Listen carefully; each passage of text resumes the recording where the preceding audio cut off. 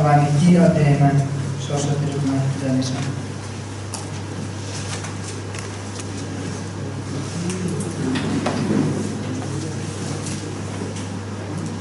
हामीहरूले होमवर्क सबैले गरिरहेको छौँ होइन, गृह कार्य अन्तिममा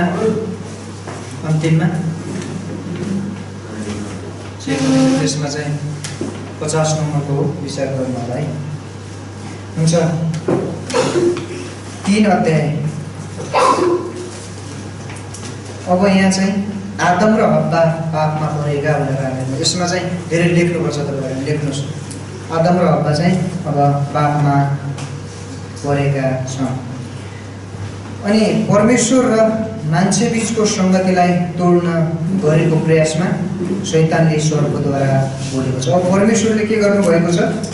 परमेश्वरले चाहिँ अब आदम र हव्वालाई परमेश्वरले सृष्टि गर्नुभयो, सुन्दर कुराहरूमा राख्नुभयो, तर यसमा तोड्नको लागि अब सर्पले के गरेको छ? यहाँ बाधा गरेको कुराहरू पाउँछ। 3:1 पदमा सर्प चाहिँ परमप्रभु परमेश्वरले बनाउनु भएको वनको हरेक पशुभन्दा बढी के थियो? धूर्त थियो। अनि त्यसले स्त्रीलाई भन्यो, तिमीहरूले बगैँचाको कुनै पनि रुखबाट नखानु भनी के परमेश्वरले साँच्चै भन्नुभएको छ?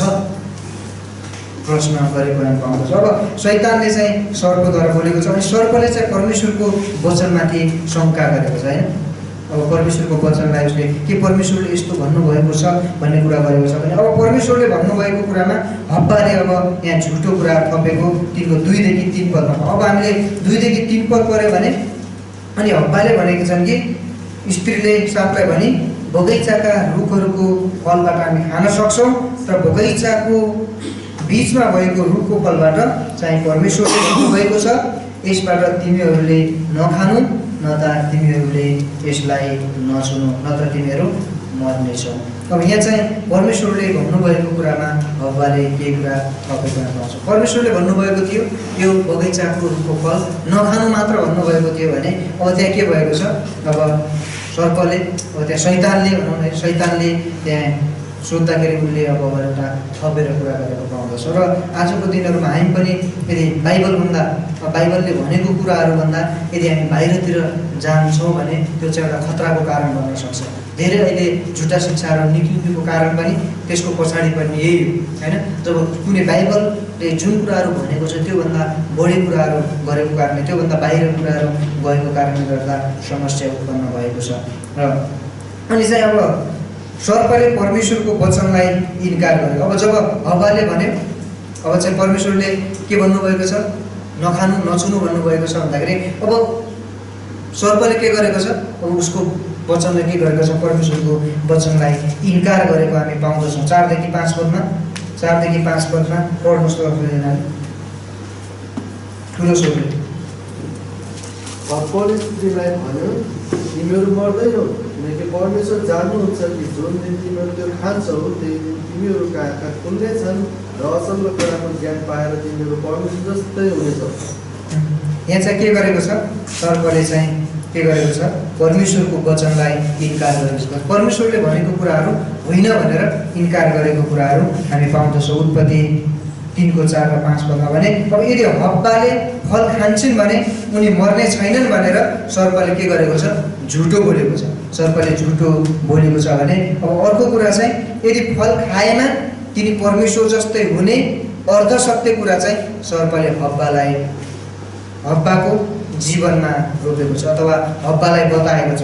यदि पहिलो कुरा यदि हव्वाले फल खाइन् भने उनी मर्ने छैनन् भनेर सर्पले झुटो बोलेको छ भने अर्को कुरा चाहिँ फल खाएमा तिनी परमेश्वर जस्तै हुनेछ भन्ने अर्धसत्य चाहिँ के हुनेछ? अर्धसत्य कुरा शैतानले बोलेको। शैतानले पनि त्यही आधा कुरा सत्य पनि बोलेको हामी पाउँदैन। किनभने सर्पले पनि तिम्रो आँखा खुल्नेछन् होइन भनेको थियो, तर त्यो कुराहरू चाहिँ सत्य हुन गएको छ। तर यदि अब आदम र हव्वाले पाप गर्न अब त्यस ठाउँमा रुचाएका छन्। जब परमेश्वरले दिनुभएको आज्ञाभन्दा ठुलो अब यहाँ चाहिँ शैतानको आज्ञालाई उनीहरूले आफ्नो जीवनमा स्वीकार गरेका छन्। किनभने उनले चाहिँ परमेश्वरले उनीहरूलाई सृष्टि गर्नुभएको थियो, परमेश्वरले हरेक कुराहरूमाथि अधिकार गर्नुभएको थियो भने उनले अब परमेश्वरले भनेको कुराहरूमा त्यो वचनमा रहनुपर्ने थियो।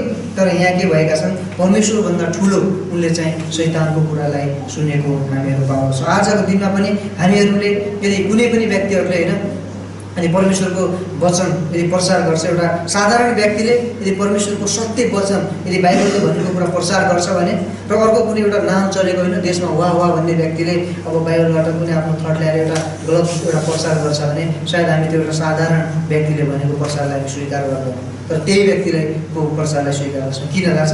त्यो त नाम चलेको हो नि त, ठुलो होइन, त्यो प्रकारले त्यो गर्छौँ।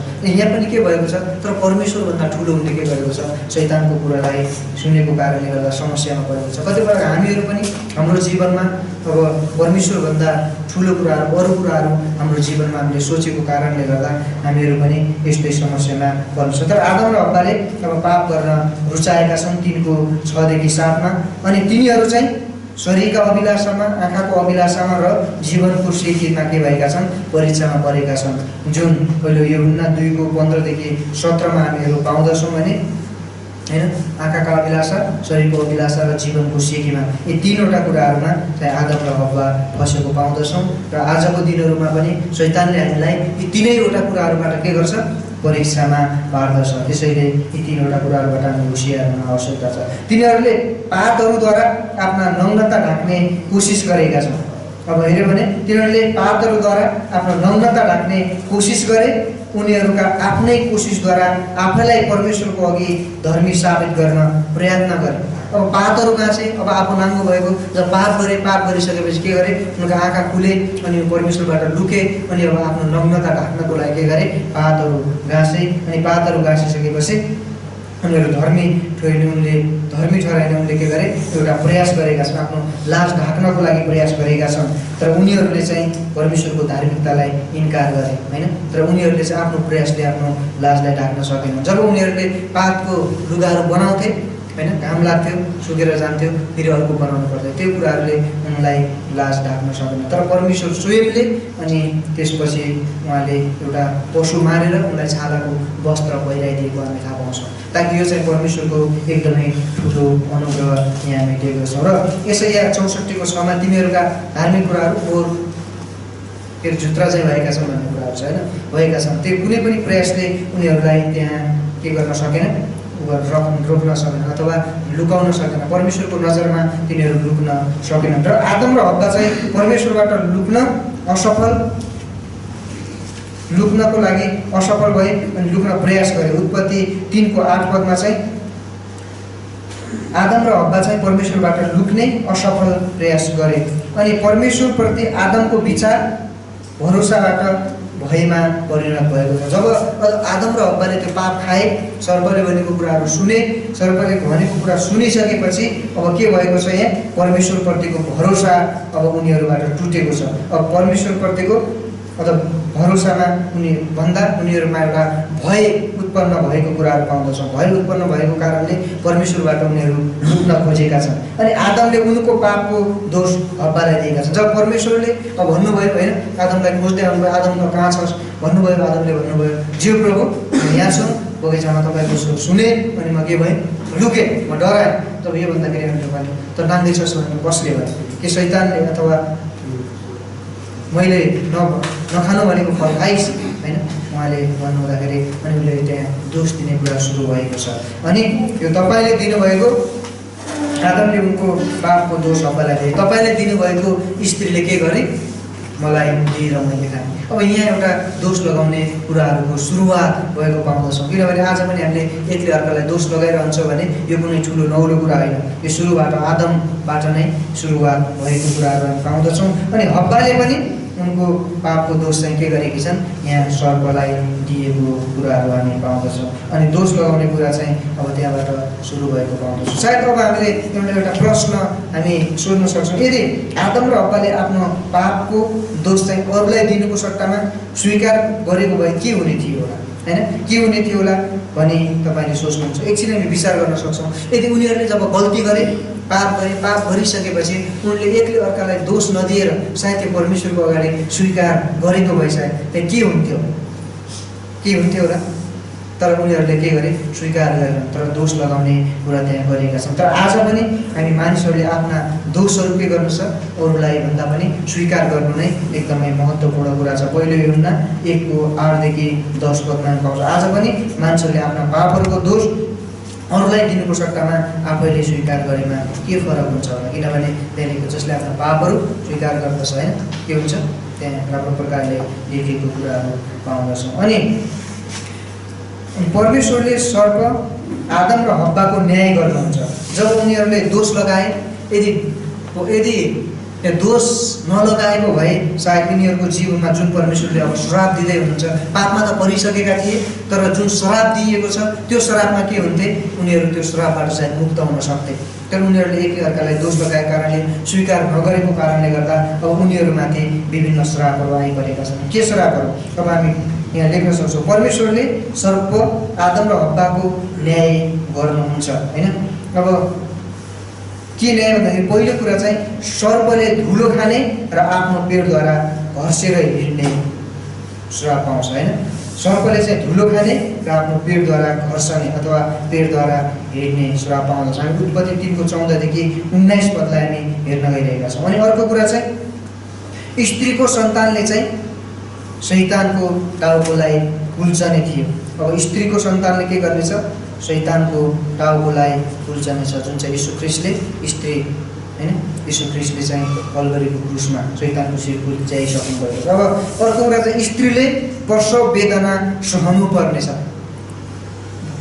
अनि अर्को सजाय चाहिँ स्त्रीले चाहिँ प्रसव वेदना अथवा सुत्केरी वेदना एकदमै सहनु पर्ने कुराहरू यहाँ थपिएको छ। त्यति मात्र नभएर फेरि स्त्री चाहिँ पुरुषको अधीनमा रहनुपर्नेछ। अब स्त्री चाहिँ पुरुषको अधीनमा रहनुपर्नेछ। अनि अर्को कुरा मान्छेले आफ्नो जीवनभरि नै कडा मेहनत गर्नुपर्ने भएको छ।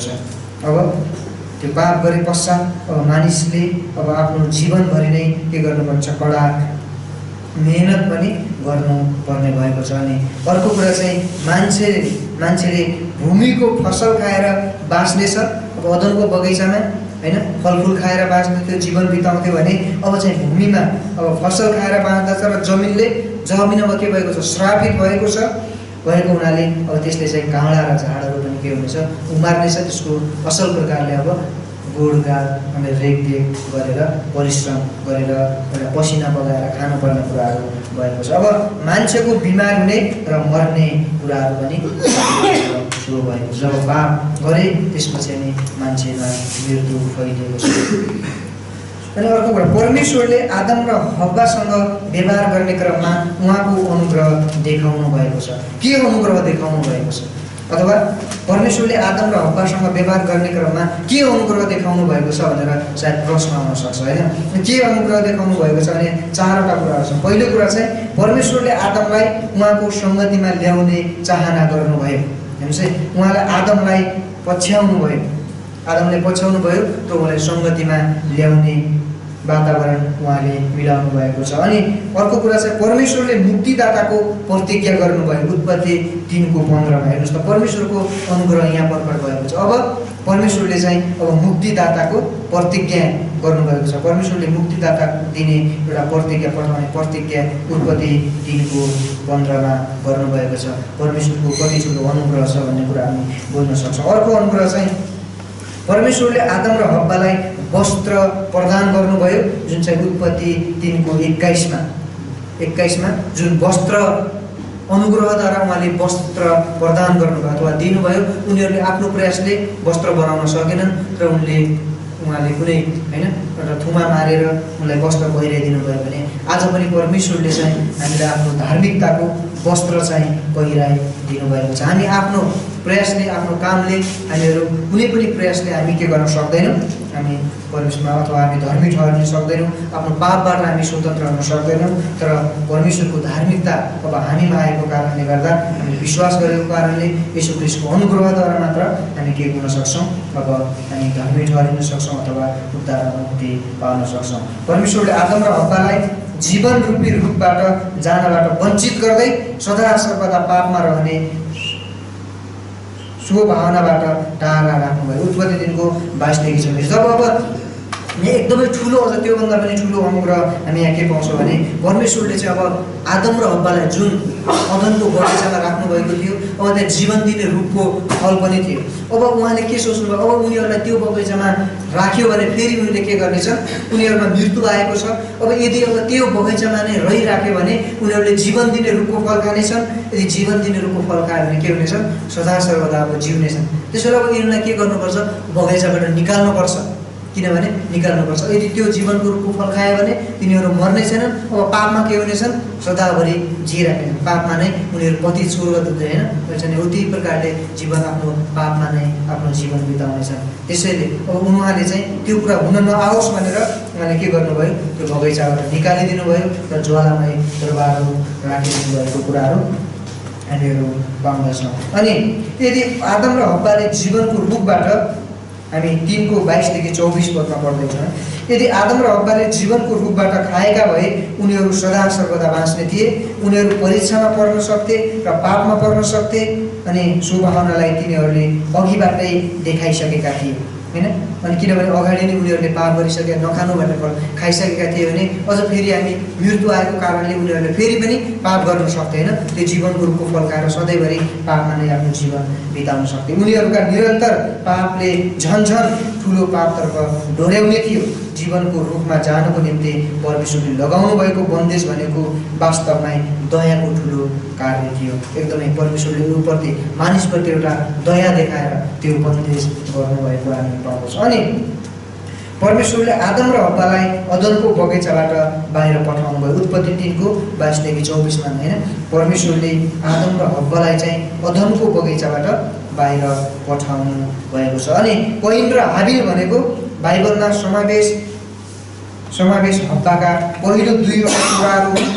अब हामी ती 2को उदाहरणहरूले परमेश्वर समक्ष आराधनाको निम्ति तयारी साथ जाने एकजना तथा गलत हृदय भएको अर्कोजना व्यक्तिको तस्बिरलाई देखाउँदछ। अब आदमका छोराछोरीहरू कैन र हाबिल जब जन्मेका छन् भने ती 2वटा छोराहरूले अब यो चित्र गर्दछ कि अब एउटाले चाहिँ परमेश्वरलाई आराधना गर्ने अथवा परमेश्वरमा आराधना गर्ने र परमेश्वरमा तयारी हुने कुराहरू देखाउँछ भने अर्कोले चाहिँ परमेश्वरलाई आराधना नगर्ने व्यक्तिको रूपमा त्यहाँ देखाउँदछ। अनि कैन भनेको अब यहाँ चाहिँ किसान, एउटा किसान भएका छन्, किसान थिए 4 अध्यायमा। अब हामी उत्पत्ति 4 अध्यायमा छौँ। कैन अब किसान थिए र उनले परमेश्वर समक्ष जमिनको फसलबाट भेटी ल्याए। परमेश्वरले त्यो भेटीलाई इन्कार गर्नुभयो, कारण त्यो हाबिलको जस्तै हृदयबाट नै चढाइएको थिएन। किनभने जब हाबिलले जुन भेटी चढाएका थिए भने त्यो आफ्नो हृदयबाट परमेश्वरको आराधना गर्ने प्रकारले उनले चढाएका थिए होइन, आफ्नो हृदयबाट स्वेच्छाले अथवा खुसी साथ उनले दिएका थिए भने अब कैनले यहाँ जुन प्रकारले दिएका थिए भने त्यो आफ्नो अब हाबिलले जस्तै उनले चढाएका थिएन, तर उनको हृदय सफा थिएन। त्यो भएको कारणले गर्दा यी 2 व्यक्तिहरूमा अब यो फरक पाउँछौँ। अब हाबिलले के गरे, अब परमेश्वरको आराधना गर्ने कुराहरूलाई बुझेका छन्, परमेश्वरप्रतिको मनलाई उनले बुझेका छन् भने कैनले चाहिँ त्यो कुराहरू बुझेका छन्। अब हाबिल चाहिँ गोठाला थिए र उनले चाहिँ प्रथम जन्मेका उत्तम पशुलाई पनि भेटी स्वरूप परमेश्वरमा चढाएका छन्। हाबिलले विश्वास परमेश्वरलाई कैनको भन्दा उत्तम भेटी चढाएका हुनाले परमेश्वरले तिनको भेटीलाई स्वीकार गर्नुभयो। हिब्रू 11:4 पनि हामी यो कुराहरू पाउँदछौँ। अनि पापले कैनलाई आक्रमण गर्न ढोकाइमै प्रतीक्षा गरिरहेको कुराद्वारा परमेश्वरले उनलाई चेतावनी दिनुभयो। अब पापले अब जब परमेश्वरले हाबिलको भेटी के गर्नुभयो, ग्रहण गर्नुभयो, अब कैनको भेटी ग्रहण गर्नु भएन। अब त्यो कुराहरूले अब कैनले चाहिँ के गर्दैछ, पाप गर्दैछ भन्ने कुराहरू अब परमेश्वरलाई थाहा थियो।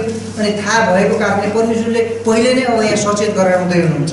के सचेत गराउँदै हुनुहुन्छ भन्दाखेरि त्यसले पाप गर्न जाँदैछ तर भनेर उनले चाहिँ परमेश्वर देखाइदिनुहुन्छ। यदि तेरो हृदय, परमेश्वरले भन्नुहुन्छ, यदि तेरो हृदय यदि सफा भएको भए के त्यो ग्रहणयोग्य हुने थिएन र परमेश्वरले स्वयंले भन्नुहुन्छ। किन भन्दै हुनुहुन्छ भने अब यदि अब उसले चाहिँ के गर्दैछ, आफ्नो भाइ कैनलाई के गर्दैछ, हाबिललाई अब मार्न गइरहेको छ, त्यसको हृदयमा पाप उत्पन्न भइरहेको छ भनेर परमेश्वरले जान्नुभएको थियो र सही बाटोमा आउँछ कि भनेर उहाँले बाटो देखाइरहनु भएको थियो। यदि तैँले सही हृदयले चढाएको भए तेरो भेटी ग्रहण हुन्थ्यो भनेर परमेश्वरले स्पष्ट रूपमा यहाँ बताउनु भएको कुराहरूलाई हामीहरू पाउँदछौँ।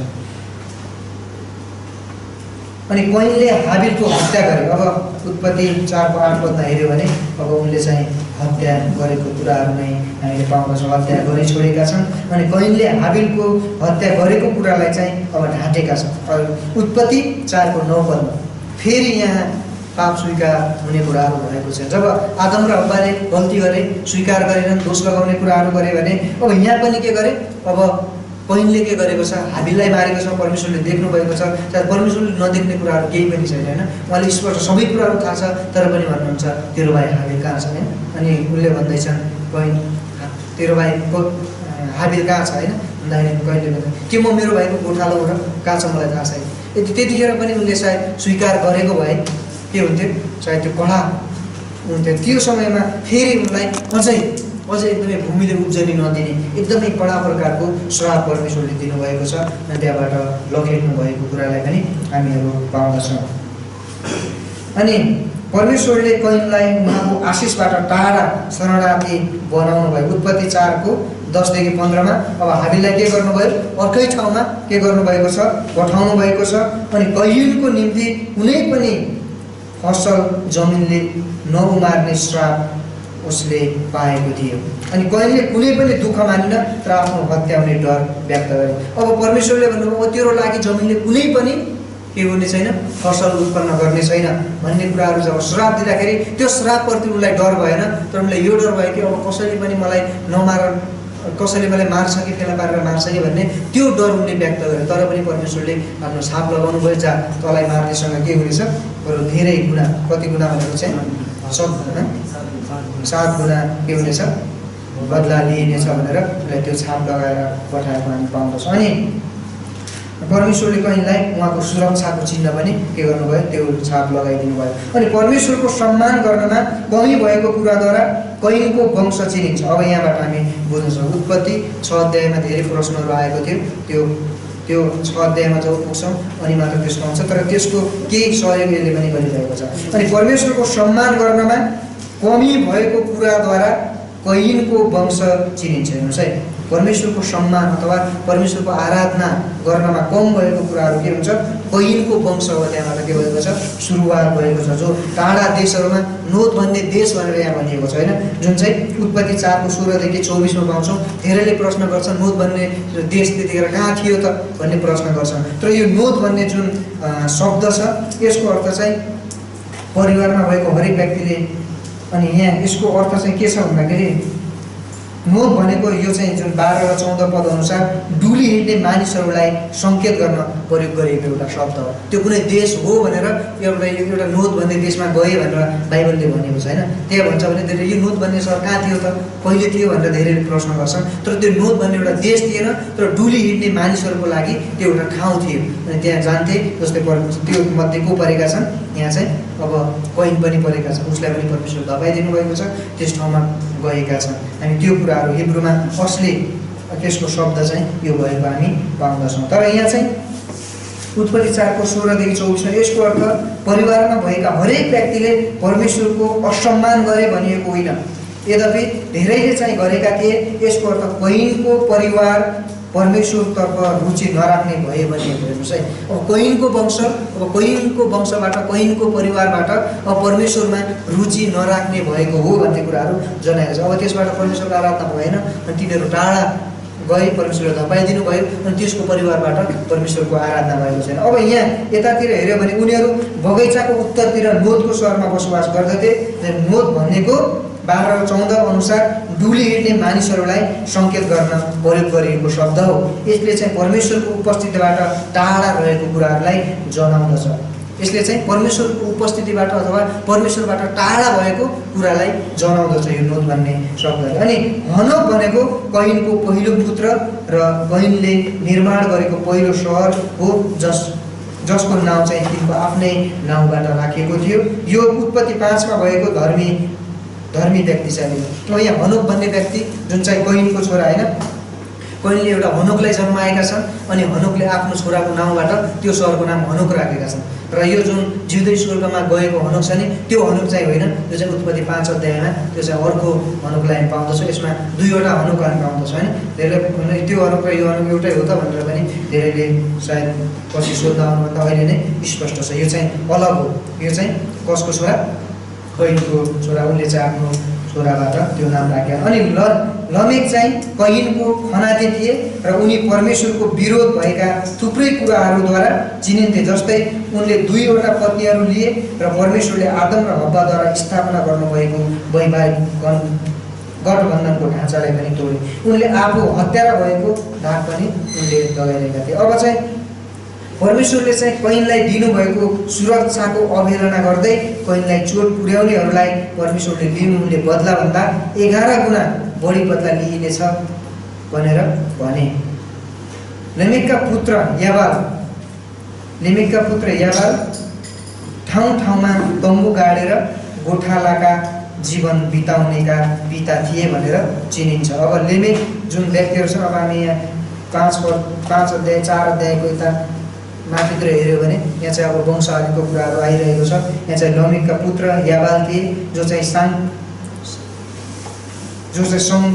साङ्गीतिक भन्दाखेरि सङ्गीतिक साधनको पत्तो लगाए र उनले सङ्गतिको विकास गरे अथवा सङ्गीतको विकास गरेका छन् भने अब लेमेकका पुत्र चाहिँ तुवाल, कैन अथवा फलाम र पित्तलका कारिगरका गुरु थिए।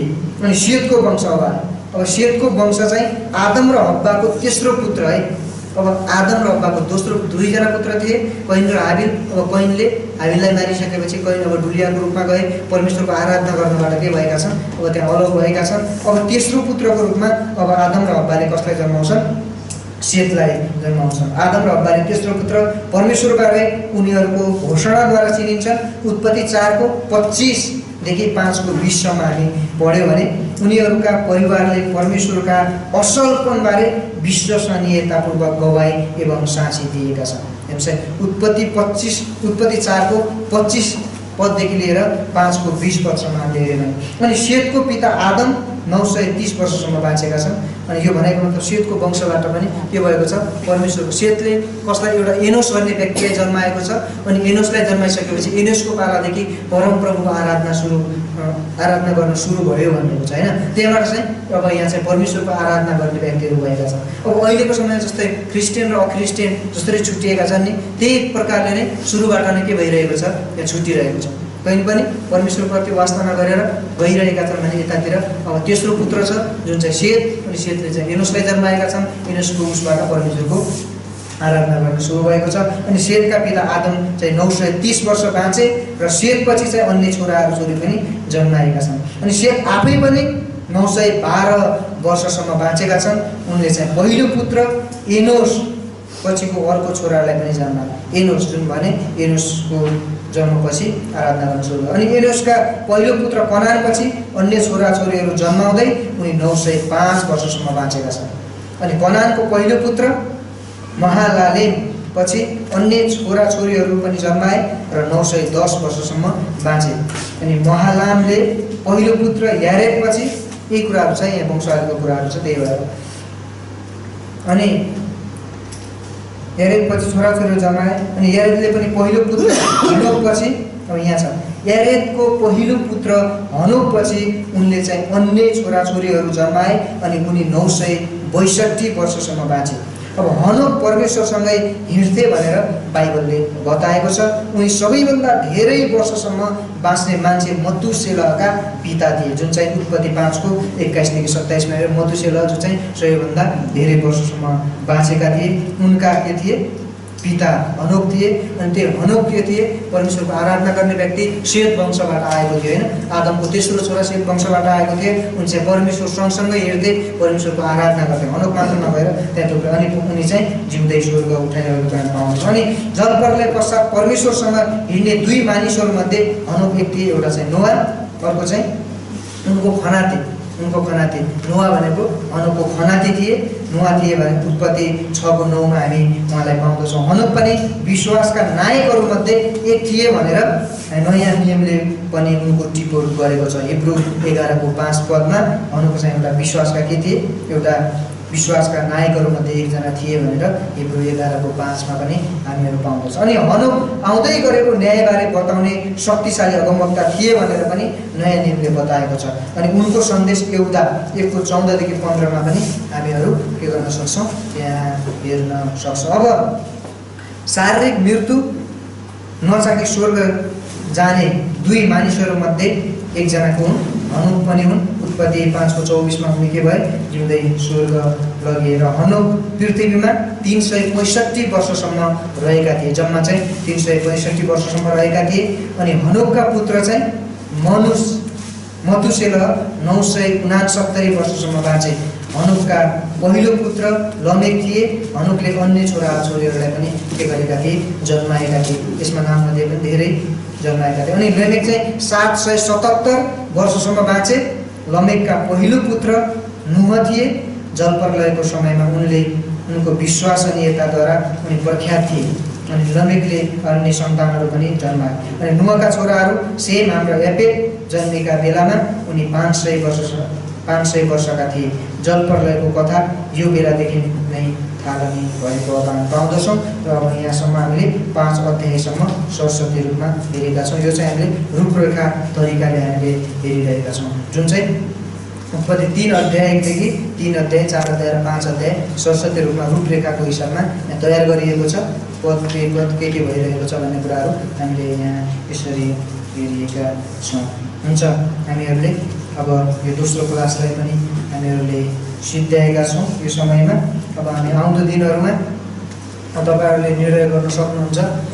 हिजो अस्तिको क्लास अनुसार हामी पढाउन सजिलो अथवा बुझ्न सजिलो छ कि आजको पहिलो क्लास अनुसार होइन सरल रूपमा बुझ्न सजिलो छ कि यो चाहिँ एउटा यसरी बुदागत रूपमा छ होइन, बुदा दिएको छ, यसको चाहिँ नोट दिन सकिन्छ। अहिले जुन बुदागत रूपमा राखेको छ यसको नोट मसँग छ, यो चाहिँ फोटोकपी गर्दै त्यो चाहिँ दिन सकिन्छ। यो चाहिँ यसरी गर्न सकिन्छ। त्यो चाहिँ तपाईँहरूले निर्णय गर्नुहोस्। अनि हामी आउँदो क्लासबाट हामी जुन तपाईँहरूले गर्नुहुन्छ त्यही प्रकारले हामी के गर्नेछौँ, क्लासलाई अगाडि बढाउनेछौँ। हुन्छ हुन्छ, परमेश्वरको हामी तपाईँलाई धन्यवाद दिन्छौँ। तपाईँ परमेश्वरले हामीलाई सहायता गर्नुभएको क्लासहरूमा सबै कुरा हामी तपाईँको हातमा राख्छौँ। माग्छौँ ख्रीष्ट येशूको नाममा।